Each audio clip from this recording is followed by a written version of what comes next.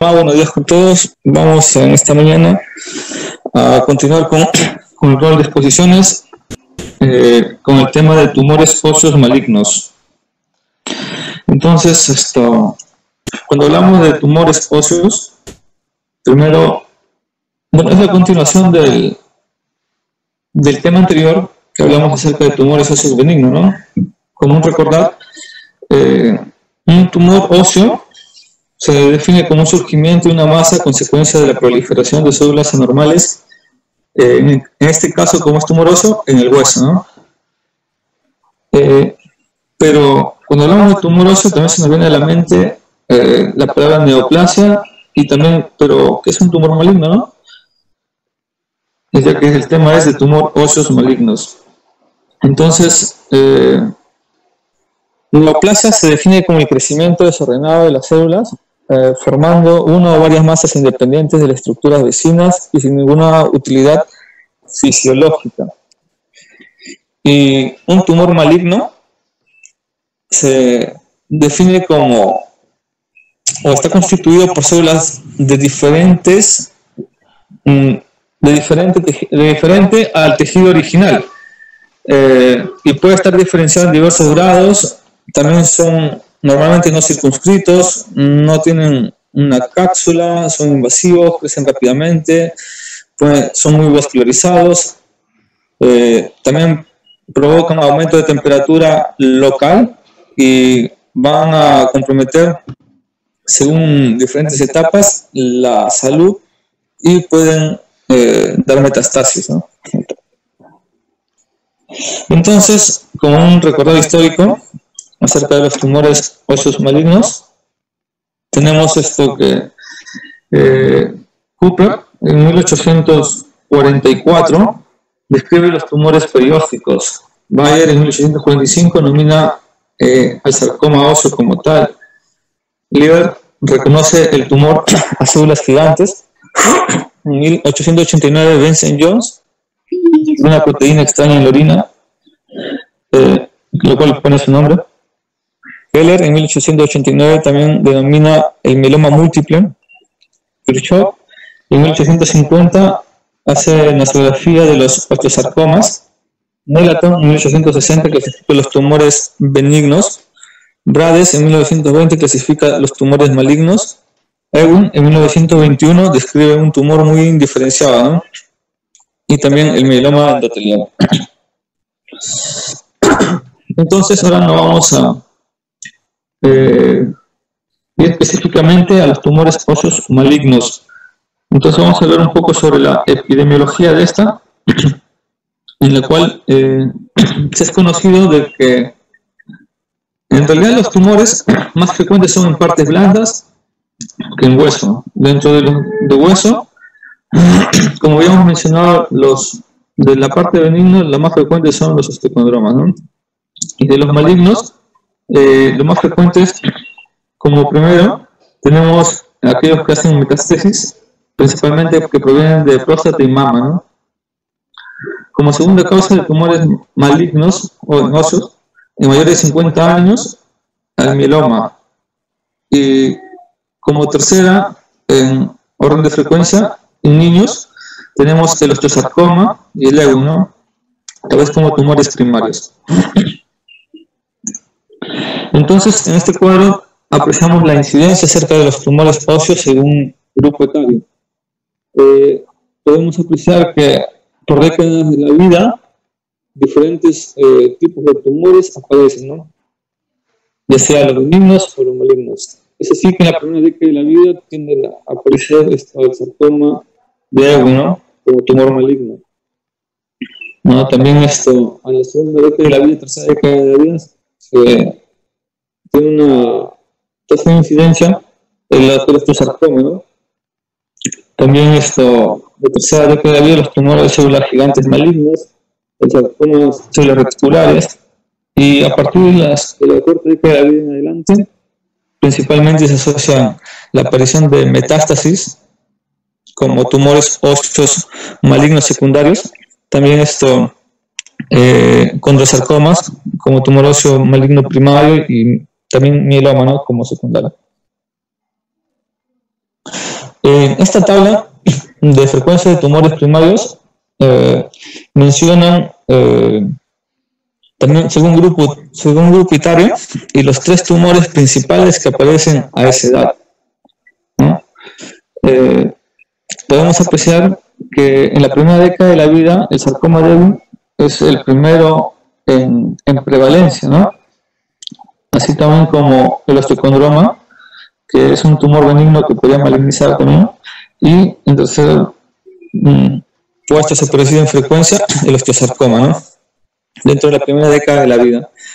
No siendo así, en las siguientes etapas de la vida, tanto en la segunda, tercera, hasta casi la cuarta, el osteosarcoma es el que con mayor prevalencia se presenta, ¿no? Y a partir de la cuarta, quinta, el mieloma empieza a tener más prevalencia en estos, ¿no? Así como también la presencia de metástasis. Es importante recordar la localización de estos tumores, ¿no? Algunos tienen una localización muy característica, como por ejemplo el sarcoma de Ewing, que aparece principalmente, o su sitio de aparición es en diáfisis, ¿no? Así también como linfomas, mielomas. En la parte de metáfisis normalmente aparecen los osteosarcomas, y en las epífisis aparecen normalmente, pueden aparecer también los tumores de células gigantes malignas, ¿no? Tanto como metáfisis, epífisis. En este cuadro vamos a evidenciar la clasificación de los tumores óseos primarios. Según la OMS, en su clasificación, los clasifica según el tipo de tejido. Y esta clasificación es tanto para tumores benignos como malignos, ¿no? Entonces, según el tipo de tejido puede ser cartílago. En el caso, vamos a hablar específicamente malignos, tenemos el condrosarcoma, ¿no? Y también el condrosarcoma mesenquimal, y también aparece el condrosarcoma parostal o yuxtacortical, ¿no? En el caso de tejido óseo o hueso, el tumor que aparece son los osteosarcomas y también el osteosarcoma parostal, ¿no? Parostal o yuxtacortical. En lo que respecta al tejido de elementos medulares, neuronales, aparece lo que es el mieloma de células plasmáticas, el sarcoma de Ewing, el sarcoma de células reticulares, los lipomas histocíticos malignos, ¿no? El liposarcoma. También en lo que respecta a en vasos, el angiosarcoma maligno, el tejido nervioso, el neuriloma maligno, así también como se dice en tejidos desconocidos o que pueden aparecer en diferentes tipos de tejido, los tumores de células gigantes malignas, el adentioma, ¿no? En lo que respecta a notocorda, los cordoma. También podemos apreciar una clasificación por estadiaje histológico, el cual lo clasifica en 3 estadios. El estadio 1 básicamente es de bajo grado, es bien diferenciado, hay poca mitosis, hay una atipia nuclear moderada. Normalmente en este estadio se comenta que tiende a recidivar localmente, ¿no? Y cuando se hace una gamografía hay una captación moderada de radioisótopos. Esta estadio 1 se clasifica en 2 subgrupos, 1A y 1B. El subgrupo 1A es cuando la lesión es intraósea. El subgrupo 1B es cuando es extraósea, ¿no? En el caso del estadio 2, es un estadio de alto grado, digamos, de diferenciación, también mayor diferenciación, proporción de células matriz es más elevada, hay mitosis, abundantes atipias nuclear, y también se subdivide en 2 subgrupos. El 2A, que es dentro de la parte ósea, y el 2B, que ya está fuera, ¿no? De la misma manera, cuando se hace el estudio con gamografía para captación con radioisótopos, esta tiene una mayor captación de radioisótopos, ¿no? En el caso del estadio 3B, es ya cuando hay metástasis, regionales o a distancia, ¿no? Respecto a las características de las lesiones tumorales malignas, tenemos que estos tumores óseos malignos ocasionan una reabsorción perióstica, ¿no? También tienen un patrón permeativo con destrucción ósea. También normalmente estas van a protruir y por lo tanto se van a evidenciar como si fuesen unas masas por las partes blandas, ¿no? Y también hay una zona de transición bien ancha, poco diferenciada, ¿no? A diferencia de los tumores benignos. También con respecto a los bordes de lesión, en el caso del maligno, como habíamos mencionado, es poco diferenciado. La reacción perióstica es evidente, la destrucción ósea y la amplia zona de transición son las características principales de estos tumores óseos malignos, ¿no? Que se van a evidenciar tanto en radiografía como también en estudios de tomografía. En este caso, vemos las reacciones periósticas que presentan. La reacción sólida, que normalmente es de los tumores benignos, la reacción perióstica de catáfiles cebolla, que se asocia principalmente con el tumor de Ewing, la reacción perióstica de peine de sol o sol naciente, que también puede haber en Ewing, pero más característico del osteosarcoma, el triángulo de Coman, que también puede haber en osteosarcoma, o también en metástasis, en algunos casos también de Ewing, ¿no? El diagnóstico de este tipo de tumores óseos malignos requiere en realidad una combinación tanto de exploraciones clínicas, radiológicas, anatomopatológicas, que se complementen todas entre sí, ¿no? Para poder llegar a un diagnóstico certero. Además, es necesario los análisis bioquímicos y hematológicos. Entonces, para el diagnóstico no solamente nos vamos a basar de un aspecto o de un factor, ¿no? Que tiene que ser todo en conjunto, ¿no? Entonces, dentro del diagnóstico, como vemos acá, es importante también hacer una buena anamnesis, una historia clínica, ¿no? El grupo etario, el sexo es importante, la cantidad de lesiones,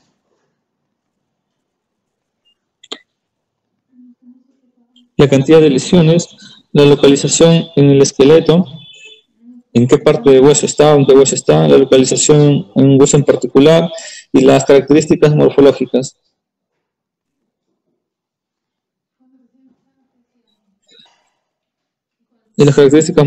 ¿No? Muy bien. Entonces, acá vemos, en lo que respecta al diagnóstico, es importante la historia clínica y la exploración física adecuada.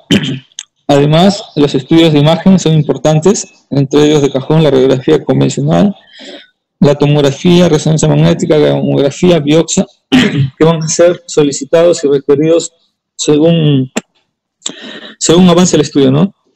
Y también lo que respecta a la biopsia, para que nos dé el estadiaje y biopsia. Eso nos va a dar con la biopsia, ¿no? Lo que respecta a la evaluación clínica, como estuvimos mencionando, la evaluación clínica, básicamente la historia clínica nos va a proporcionar una información muy limitada, ¿no? El dolor es característico y es persistente en estos tumores malignos, con una evolución rápida. La edad también es importante, porque nos va a ayudar a discriminar, por ejemplo, en lesiones tumorales en mayores de 20 años, nos haría sospechar tal vez en tumor de células gigantes, a partir de la primera década de la vida, un sarcoma de Ewings, en la segunda década de la vida puede ser un sarcoma osteogénico, un sarcoma, menores de 10 años, en la primera década de la vida puede ser un sarcoma de Ewing como una osteocitosis, ¿no? El sexo también es importante. La mayoría de tumores óseos malignos se asocian principalmente con el sexo masculino, ¿no? También el tumor de células gigantes hay mayor frecuencia en mujeres, ¿no? El tiempo de evolución también es importante. Normalmente los tumores malignos son a más corto plazo. La localización también es importante, ¿no? En qué parte del hueso o en qué hueso también esto está aflorando ya, ¿no? Entonces, el diagnóstico precoz de los tumores malignos mediante el examen clínico da poca información y es muy inespecífico. Entonces no se debe esperar o confiarse de los hallazgos para recién hacer un diagnóstico, porque si que se confía recién de los hallazgos para hacer un diagnóstico, no teniendo la sospecha para poder realizar estudios de una forma más precoz, es prácticamente conducir al paciente a un diagnóstico muy tardío y con sus posibles consecuencias malas que puede ocurrir, ¿no? Y apreciamos dos imágenes en las cuales son evidentes protrusión en partes blandas, ¿no? En este caso por tejido óseo, ¿no? Tanto en un tumor de células gigantes como un osteosarcoma, lo cual ya es muy evidente, ¿no? También vamos a recalcar todos los estudios de imágenes.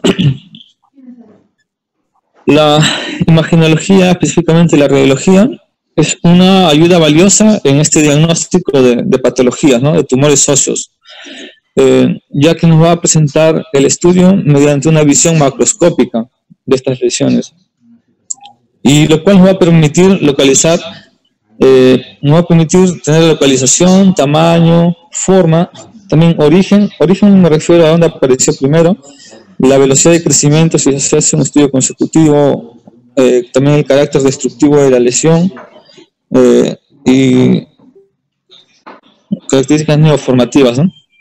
También nos permite tener una localización del sitio de lesión, ya sea en epífisis, diáfisis, metáfisis o tal vez en columna.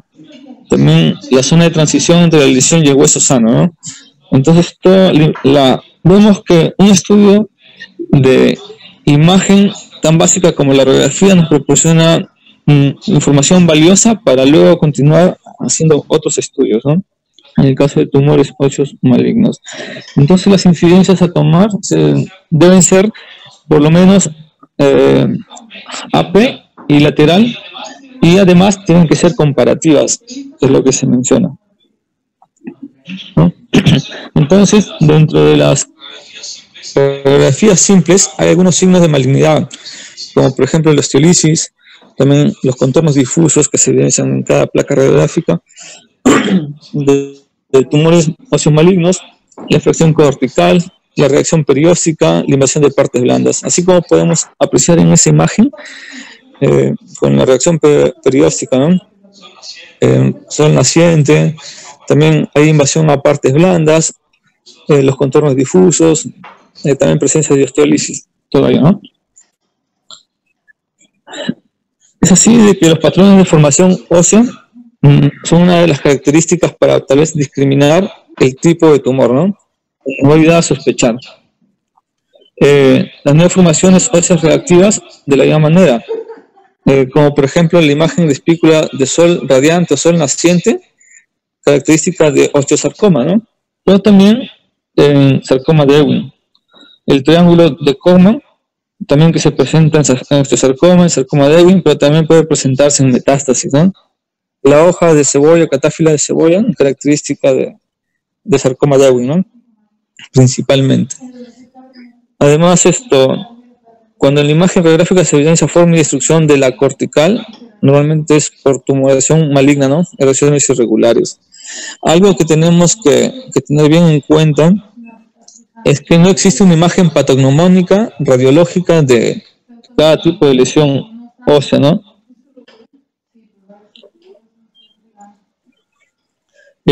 Algunos hallazgos radiográficos que pueden confundir, como por ejemplo, ahí vemos varias, ¿no? Voy a recalcar en la osteomielitis, puede simular un osteosarcoma o un sarcoma de Ewing, en algunos casos. En el caso de miositis osificante, también puede simular una de las variantes de osteosarcoma, ¿no?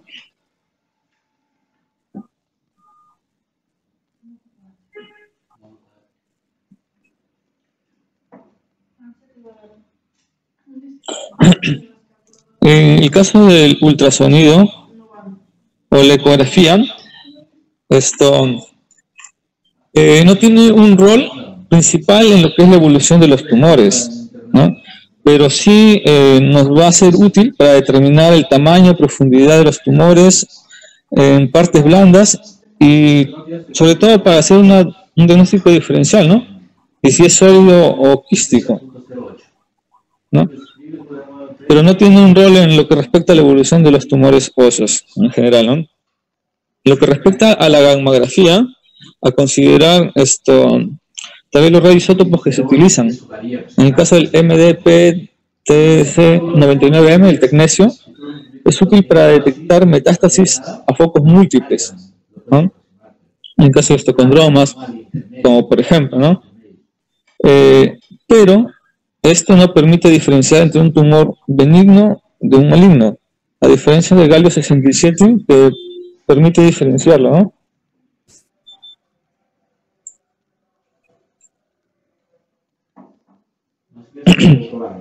Bien, entonces algunas características diagnósticas de la gamografía, lo cual nos va a proporcionar, es que la gamografía nos va a dar un diagnóstico precoz del tumor. Se menciona que por lo menos la gamografía nos va a brindar una información de 6 meses antes de que aparezcan los síntomas, ¿no? O sea, principalmente dolor, ¿no? También es una prueba más sensible para la detección de metástasis, ¿no? Muy útil para lo que es cáncer, mieloma múltiple, histiocytosis o diferentes tipos de lesiones, ¿no? También va a delimitar la extensión del tumor y va a definir el sitio ideal para la toma de biopsia. También es importante mencionar que la gamografía va a ser muy útil para el límite de la resección quirúrgica, ¿no? Sobre todo en la parte quirúrgica para determinar hasta dónde es que se va a realizar la resección, que vamos a ver más adelante.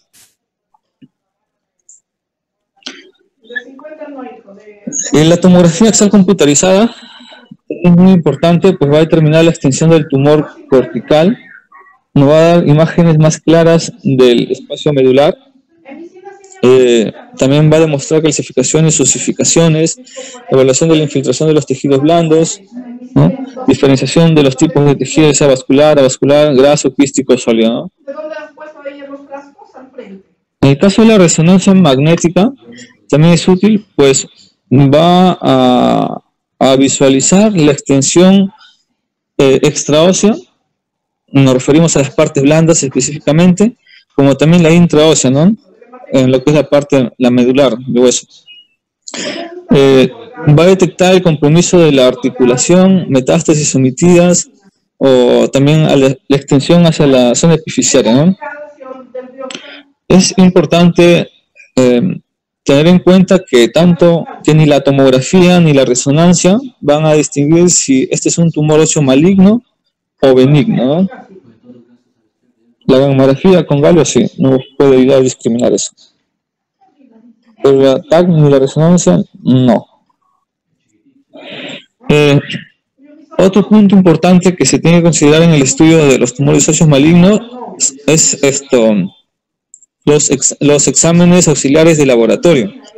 Entre ellos, el dosaje de calcio y fósforo. Sospechando un mieloma múltiple. También la fosfatasa alcalina, en el caso de osteosarcoma, la proteína de Benson-Jones en mieloma múltiple, también la velocidad de sedimentación, normalmente que se encuentra aumentada en infecciones, en Ewings, linfomas, metastasis, ¿no? La deshidrogenasa láctica en osteosarcomas, calcio, el aumento de calcio también en cáncer e hiperparatiroidismo, marcadores bioquímicos como inmunoglobulinas monoclonales, en el caso de mieloma múltiple, marcadores tumorales también para el caso de tumores óseos malignos secundarios, ¿no? Como habíamos mencionado, principalmente cáncer de próstata con antígeno prostático específico, también el cáncer cancerígeno embrionario, el cáncer gastrointestinal, etcétera, ¿no? Lo que respecta a la biopsia, es un estudio muy importante, pues esta nos va a proporcionar una información muy importante y muy buena para lo que es el diagnóstico en sí, y también el plan de tratamiento que se va a concretar, ¿no? Entonces se dice que hay que esperar el resultado de la biopsia para iniciar recién el tratamiento específico, ¿no? Y el diagnóstico anatomopatológico es a veces muy difícil por diferentes factores, ya sea por la toma o tal vez la conservación, el manejo de este tipo de estudios, ¿no?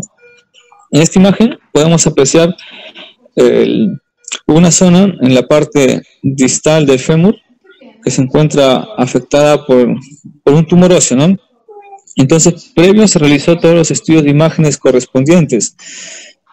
Con la gamografía se localizó el sitio de lesión y se va a aperturar exactamente encima de la zona de lesión para poder tomar una muestra, ¿no?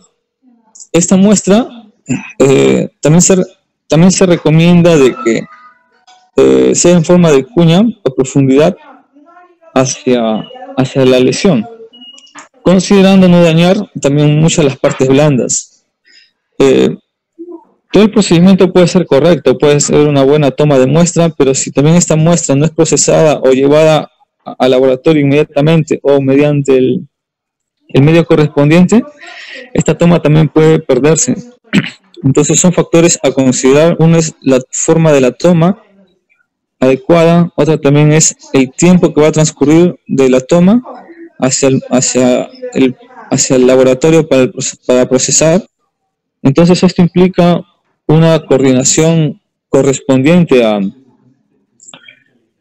a todo el proceso quirúrgico de la toma de muestra de biopsia. Además también se puede hacer una toma de biopsia mediante aguja, ¿no?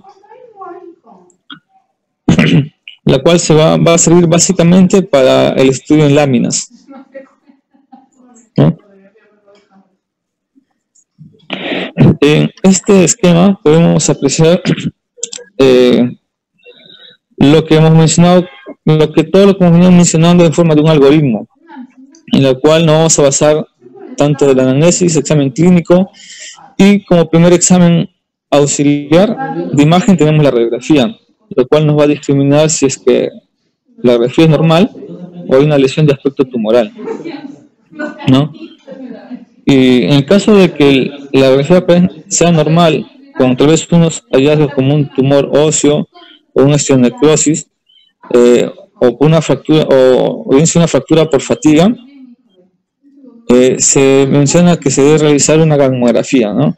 Si esta es normal, si es positiva, pasar a tomografía y resonancia magnética para una posterior biopsia. En el caso de la lesión de aspectos tumorales, hay que realizar el diagnóstico diferencial, ¿no? Y mediante estudios auxiliares, la resonancia magnética, también resonancia en pulmones, sospechando metástasis, y los exámenes de laboratorio también, ¿no? Para discriminar con diagnósticos diferenciales, posterior a la biopsia. Posterior a la biopsia, y con todos esos datos, realizar la correlación clínico-radiopatológica para obtener finalmente la tipificación del tumor óseo maligno, ¿no? Con respecto al tratamiento, puede ser un tratamiento intralesional, una excisión marginal o una excisión amplia, ¿no? En casos más de diagnóstico o de hallazgos más precoces, ¿no? En el caso de que ya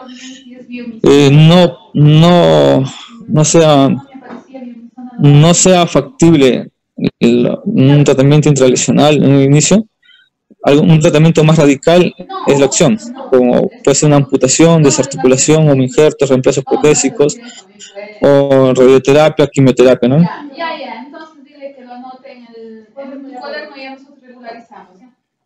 Entonces, como habíamos mencionado, los tumores óseos vamos a clasificarlos según el tejido. Y ahora vamos a hacer un recuento de los tumores óseos malignos más principales que hay, ¿no? En este caso, del tumores óseos, tumores productores de tejido óseo, tenemos al osteosarcoma, en el cual el osteosarcoma es una neoplasia maligna, la cual se caracteriza por la formación directa de tejido óseo osteoide, ¿no?, a partir de células tumorales. Además, puede producir tejido condroide, fibroso o mixoide también. Se menciona que se asocia a un trastorno del cromosoma 13. Tiene una frecuencia de 1 en 100.000 personas, un predominio de la edad de 10 a 20 años, a partir de terminando la primera década, segunda hasta tercera década de la vida, ¿no? Y en pacientes mayores de 40 años, esto se asocia principalmente en aquellos que tienen enfermedad de Payet o han estado expuestos a mucha radiación. El predominio respecto al sexo es más en hombres que mujeres, 2-1. Predominios en localización en huesos largos es más frecuente, siendo este el fémur en el tercio distal 50%, también en el tibia en el tercio proximal, en el húmero, en el peroné, también en los huesos planos puede aparecer, tal vez con menos frecuencia, ¿no? Existen 3 variedades histológicas, los cuales osteoblástico, condroblástico y fibroblástico. Respecto al cuadro clínico, se va a presentar con dolor intenso, con irradiación hacia la articulación más cercana, lo cual va a causar limitación funcional, ¿no? También una masa palpable debido al crecimiento rápido y progresivo con aumento de calor local. También se asocia a fracturas patológicas, y cuando ocurre esto, normalmente hay un mal estado general, ¿ya? Además, síntomas neurológicos, si hay compromiso también puede haber en la columna o en el caso de también en la pierna, ¿no? Las partes de los nervios todavía, ¿no? O en cualquier parte, si hay protrusión, ¿no? Algunas características radiológicas del osteosarcoma, tenemos que hay una lesión metafisiaria central destructiva, como podemos apreciar en las imágenes, y puede dar muestras también periféricas si hay destrucción cortical, ¿no? Como se ven ahí en la parte de la tibia, ¿no? También un aspecto radiográfico puede ser osteolítico, escleroso o ambas, ¿no? Con respecto a la reacción perióstica, en espículas largas, delgadas, lo llamado el rayo del sol naciente, ¿no? También puede ver el triángulo espolón de Codman, ¿no? Estas son algunas características de reacciones periósticas, pero no son patognomónicas de osteosarcoma, ¿no? Con respecto al tratamiento, el tratamiento un inicio quirúrgico, ¿no? Y si es que no se puede quirúrgico en un inicio, primero la quimioterapia o radioterapia. Es importante, voy a recalcar, el diagnóstico se tiene que realizar con la confirmación, o sea, con la biopsia y los estudios antes mencionados, ¿no? Pues estos tipos de tumores también dan metástasis a pulmones y a otros huesos. La supervivencia a los 5 años en estos pacientes más o menos es aproximadamente el 20%. Hoy podemos apreciar un tumor óseo en la cual se debe realizar la resección y se colocó una prótesis, ¿no? Dentro de otro grupo también de los tumores óseos malignos tenemos a aquellos productores de cartílago, en el caso el condrosarcoma. Este condrosarcoma es un tumor maligno caracterizado por las células tumorales, van a formar cartílago, como hemos mencionado, ¿no? Se va a diferenciar también el condroma, porque el tejido del condroma, que es un tumor benigno, porque el tejido tumoral es más celular, ¿no? Pleomorfo, y los volúmenes celulares son más grandes. Estos pueden clasificar también en centrales y periféricos, ¿no? Recordar que el condrosarcoma es el segundo tumor óseo primario maligno más frecuente. El primero es el osteosarcoma, ¿no? Primarios. también es más frecuente en hombres que en mujeres. La aparición más o menos a partir de la tercera, cuarta a quinta década de la vida. La localización en huesos largos también, fémur proximal, también puede aparecer en pelvis, en húmero proximal, escápulas, en costillas, en huesos ilíacos, ¿no? Una de las características de este tipo de tumor, los conglosarcomas, es que es lentamente progresivo y raramente genera metástasis. A diferencia del osteosarcoma, que es un poco más progresivo y genera metástasis, ¿no? Con respecto al cuadro clínico, tenemos de que puede producir también fracturas patológicas, hay un dolor intermitente, intenso y continuo, la masa palpable con crecimiento lento, como hemos mencionado, una de sus características del conglosarcoma, ¿no? Lo que respecta a la radiología, se evidencian el denominado patrón de sal y pimienta o en palomitas de maíz, lo cual consiste en áreas radiolúcidas lobuladas con puntos radiopacos, ¿no? Esto debido a la presencia del cartílago tumoral, ¿no?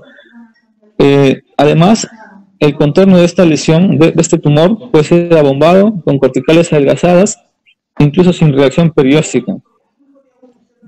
Puede haber disrupción cortical con invasión a tejidos adyacentes.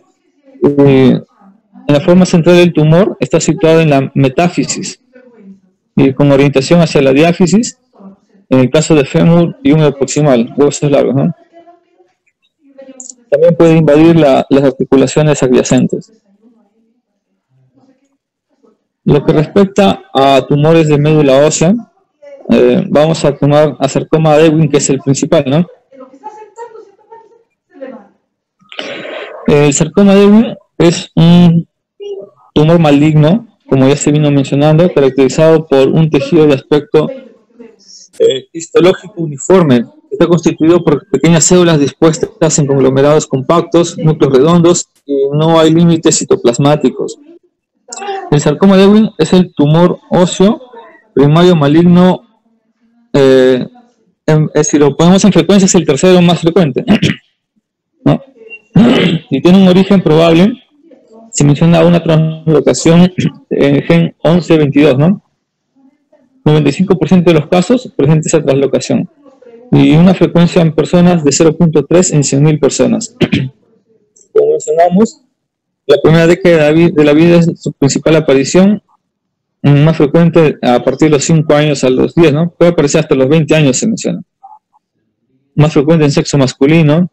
La localización, diáfisis y metáfisis de huesos largos, también puede aparecer en huesos planos, ¿no? Y menos también puede aparecer en costillas omóplato, ¿no? Lo que respecta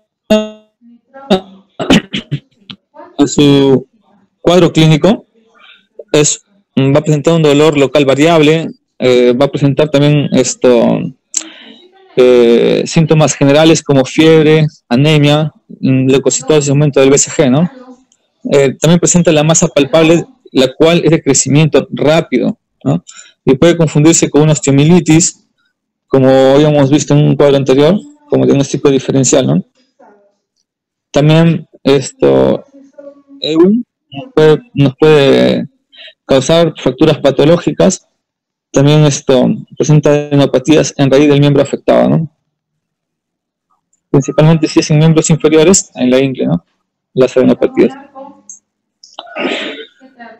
Lo que respecta a la radiología, recalcar su principal característica, no patognomónica, pero sí principal característica es la reacción perióstica en láminas de catáfila de cebolla, ¿no? O capas de cebolla. También puede presentarse en la siguiente, pero principal es esa, ¿no? De capa de cebolla. Puede también presentar metástasis temprana a pulmones y otros huesos.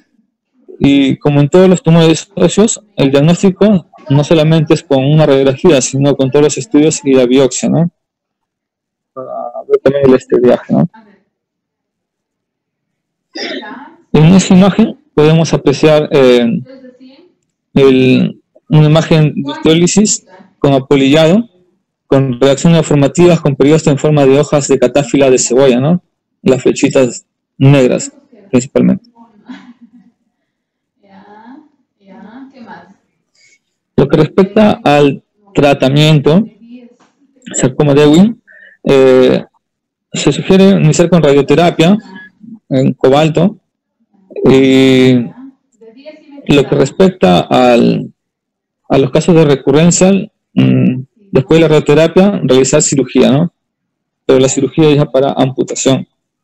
El pronóstico de sarcoma de Ewing es malo, principalmente si es en adultos y si es que el tamaño de la lesión es mayor de 12 centímetros. Así es que provoca sarcoma de Ewing hacia pulmón, hígado y el esqueleto. En general, otras partes, otros huesos, son muy frecuentes, ¿no? Cuando ya hay esto, la supervivencia a los 5 años, a pesar del tratamiento, fluctúa más o menos del 5 al 10%, ¿no? Solamente 5 años. Con respecto a los tumores óseos malignos del tejido conjuntivo, tenemos fibroma desmoide, lipoma óseo, fibrosarcoma, ¿no? Como otros tipos de tumores malignos, también tenemos los tumores de células gigantes, en la cual esto es importante mencionar porque se menciona en la literatura que también se presenta con cierta regularidad, ¿no? Tal vez no como los otros, pero sí también hay una cierta prevalencia de esto. Es recalcar que este es un tumor agresivo, de la cual está proporcionado por un tejido que está muy vascularizado, con presencia de células fusiformes u ovoides, con numerosas células osteoclásticas. También este tumor tiene un comportamiento que va a presentar recurrencias y con una malignización con potencial de malignización, ¿no? Principalmente, la aparición de estos tumores de células gigantes aparecen en personas jóvenes, un grupo etario en la partir de la segunda década de la vida hasta la cuarta década de la vida, ¿no? Infrecuentes en menores de 15 años. A diferencia de los otros tumores que hemos mencionado, esta aparece más en sexo femenino que en masculino. El lugar de localización, principalmente en epífisis de huesos largos, ¿no? Tanto pues en epífisis como metáfisis, ¿no? Se encuentra muy proximal al cartílago, ya sea por la misma localización que mencionamos, y el dolor es uno de sus síntomas principales, ¿no? La cual va a ir creciendo.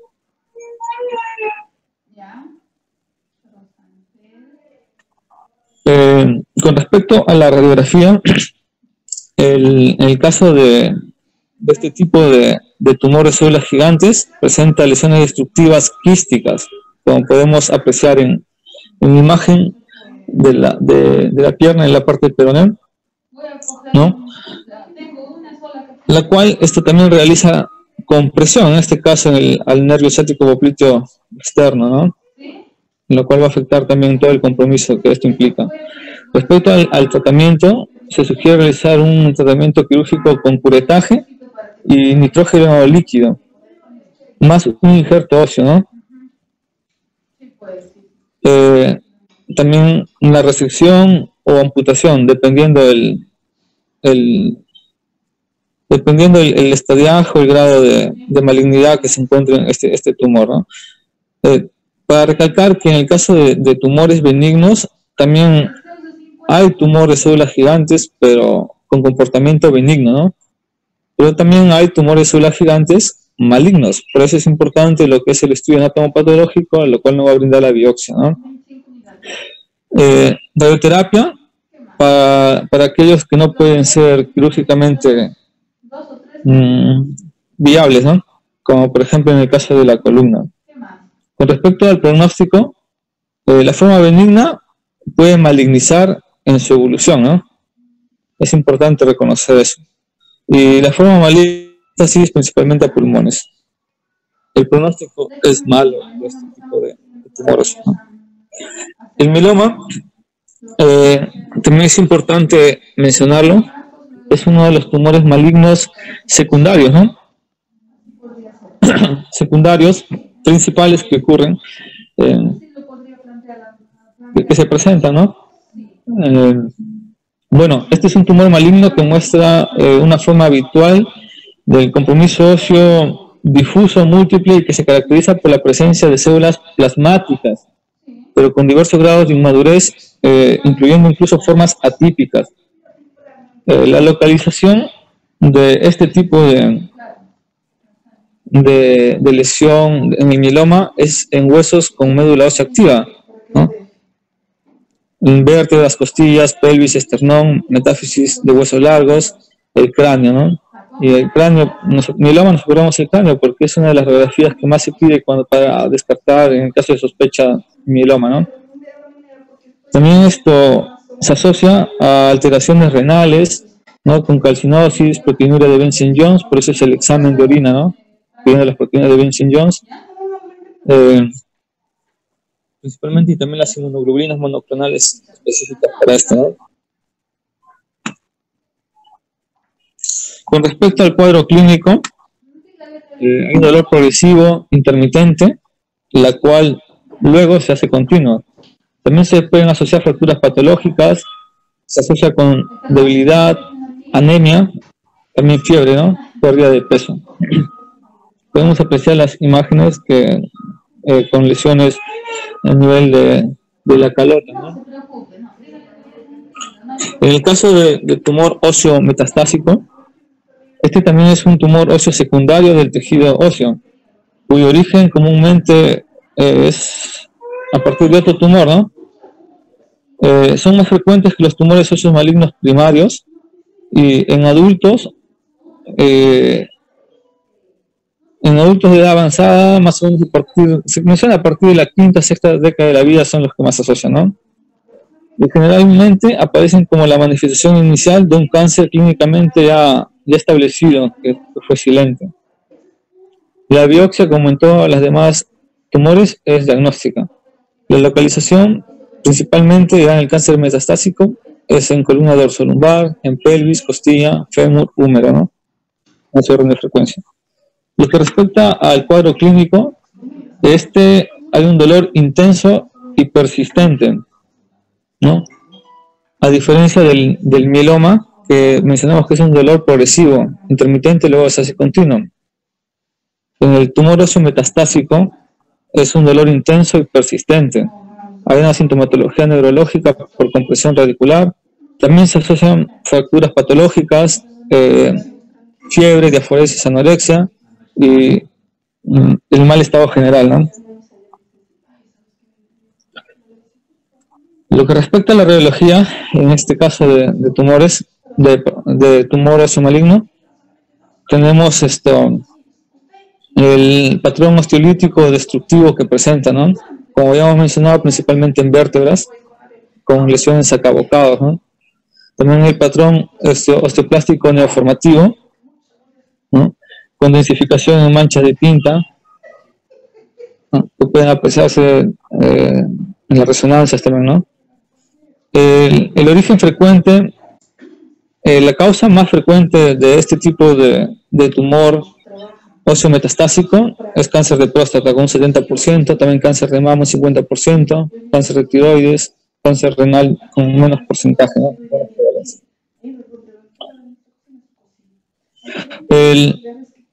Lo que respecta al manejo quirúrgico en los tumores, se menciona la parte quirúrgica, realizar como opción, dependiendo del caso, una amputación o la resección y reconstrucción por medio de prótesis, ¿no? Eso va a depender según el tipo de tumor, la agresividad, según el estadiaje también, ¿no? En esta imagen podemos apreciar la parte del fémur proximal, que se realizó una resección para una posterior colocación de una prótesis, ¿no? Una megaprótesis.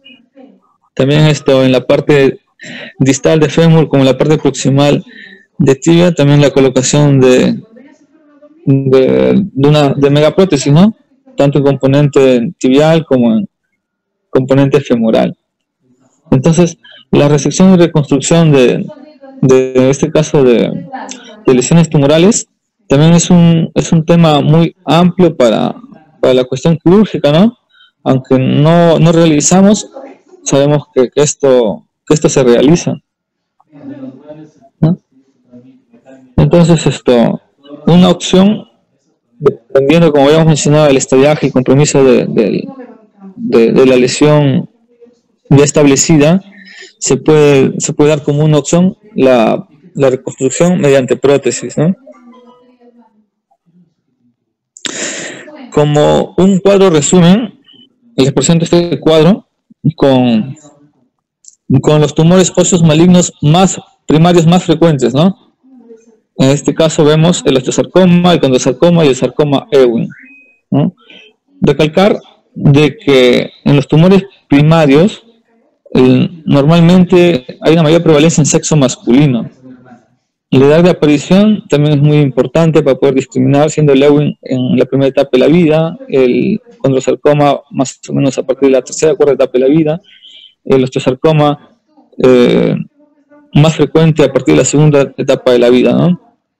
La localización también va a variar, ¿no?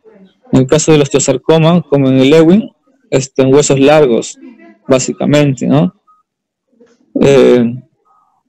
El condrosarcoma en huesos planos también puede ver en huesos largos, puede afectar, ¿no? Lo que respecta al aspecto radiológico, recalcar una vez más que no hay un patrón patognomónico de lesiones radiológicas para este tipo de tumores, pero sí nos ayudan a sospechar, ¿no? Por eso es importante los demás estudios que mencionamos. En el caso de osteosarcoma, puede haber un patrón osteolítico, escleroso o mixto, ¿no? Con una reacción periódica en radio de sol naciente, incluso en triángulo de coma, ¿no? En el caso de condrosarcomas también, ¿no? Lesiones osteolíticas grandes que comprimen estructuras vecinas. En el caso de la sarcoma de Ewing, lesiones osteolíticas con reacción periódica, característica que menciona en catáfila de cebolla, ¿no? Pero no es patognomónica, recalcamos. Bueno, eso sería todo. No sé si hay algún comentario o algún aporte. Gracias, ¿no?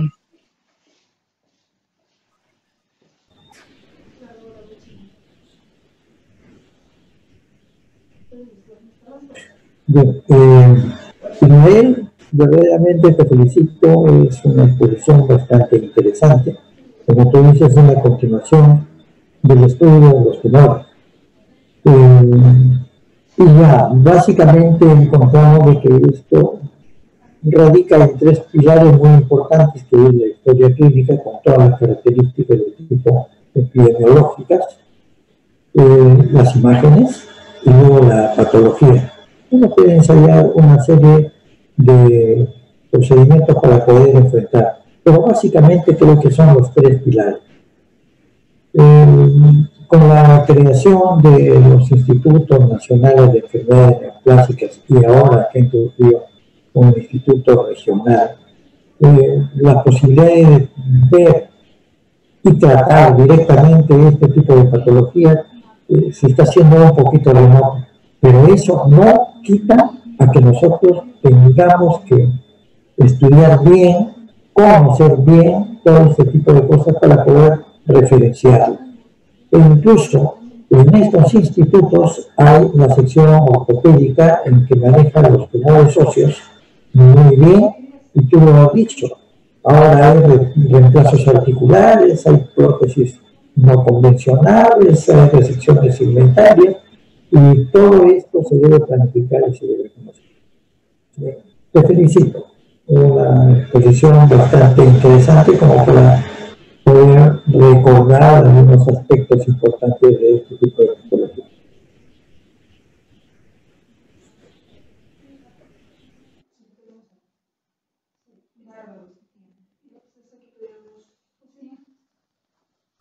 Gracias, doctor.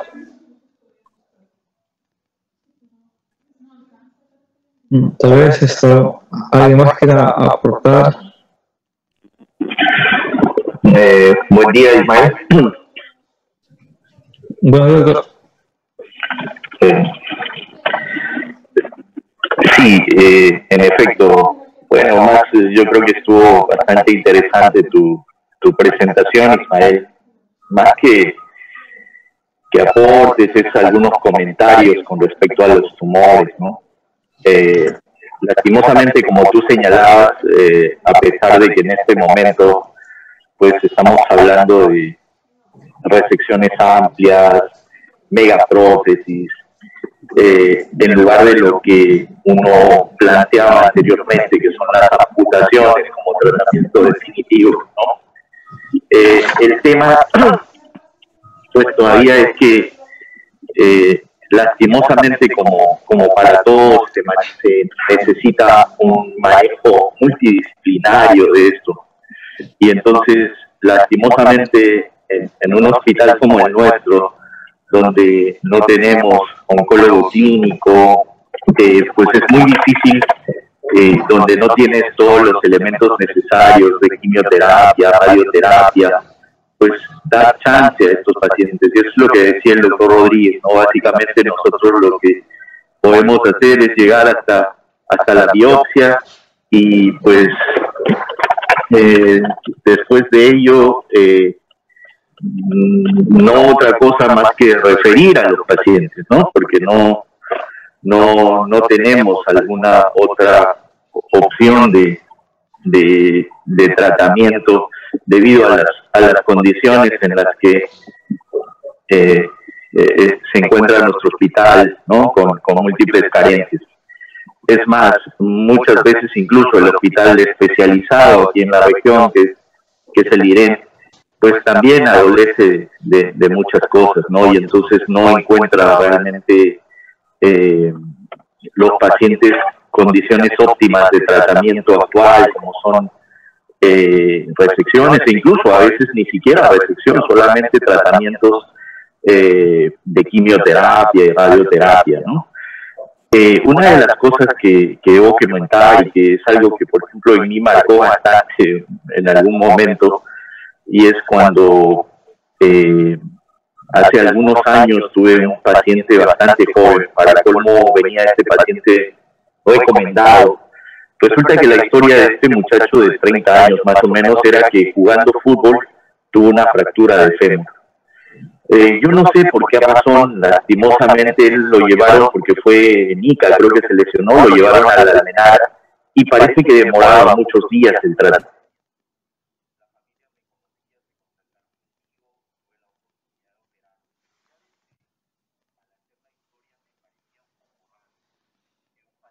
Joven de 30 años, un mecanismo de un accidente deportivo le haya generado una fractura en la parte supracondilla del fémur, ¿no?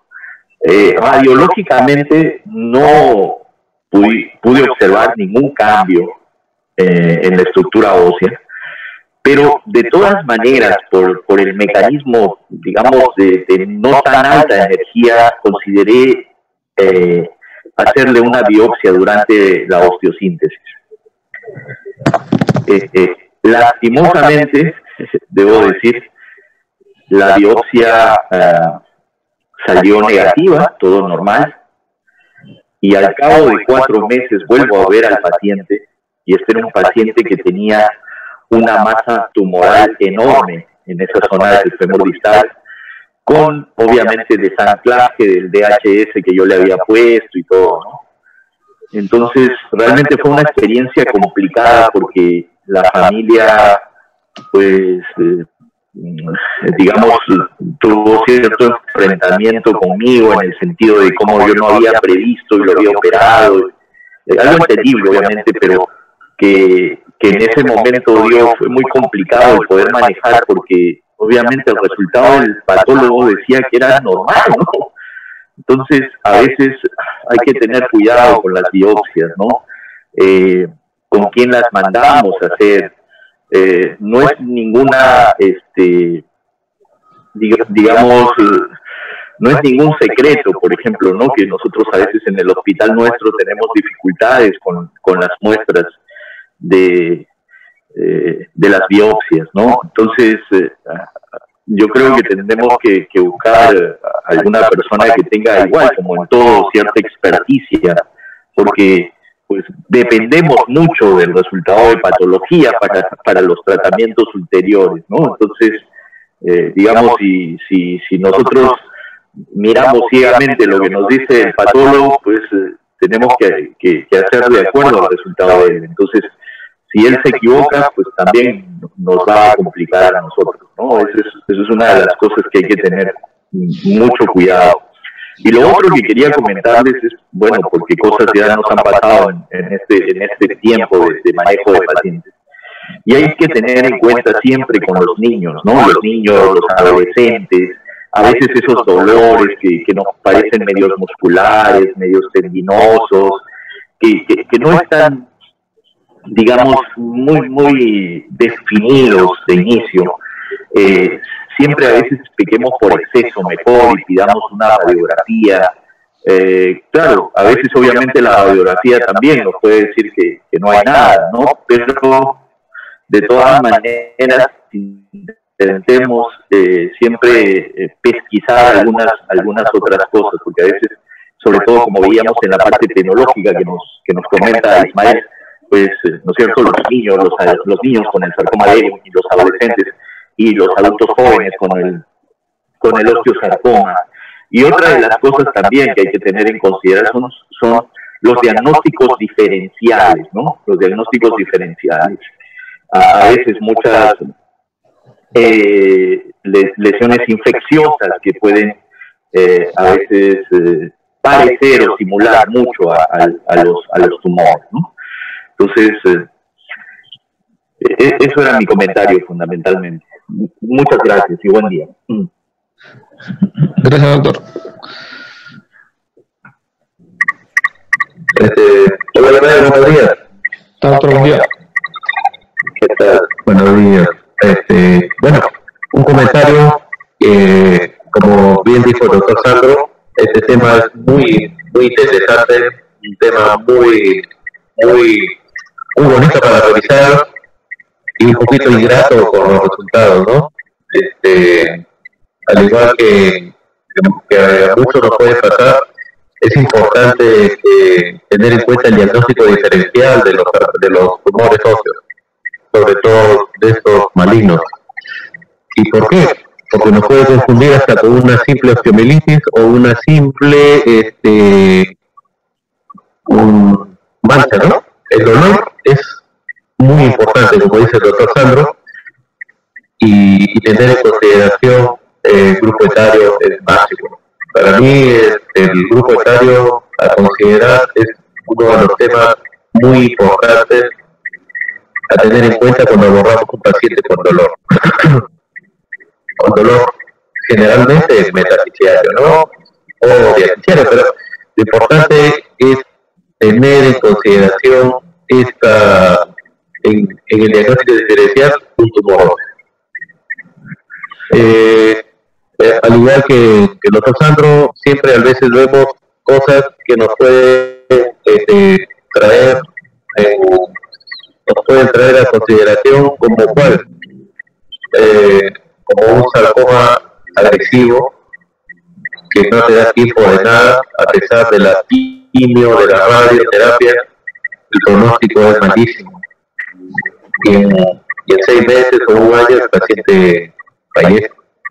Eso es lo que nos pasó a nosotros y lo que tenemos en cuenta que debemos tener en consideración, ¿no? Ser agudos en nuestro examen clínico y tener en cuenta muy siempre esta patología. Bueno, más que todo, Ismael, mi comentario con respecto a tu charla, que fue muy buena. Felicitaciones también. Gracias, doctor. Creo que ya no hay comentarios, pero... Sí, bueno, entonces, muchas gracias con todos, que tengan buen día. Gracias, Ismael, cuídate. Saludos a todos. Cuídense. Gracias, buenos días con todos. Buenos días con todos. Buen día. Saludos. Buen día con todos.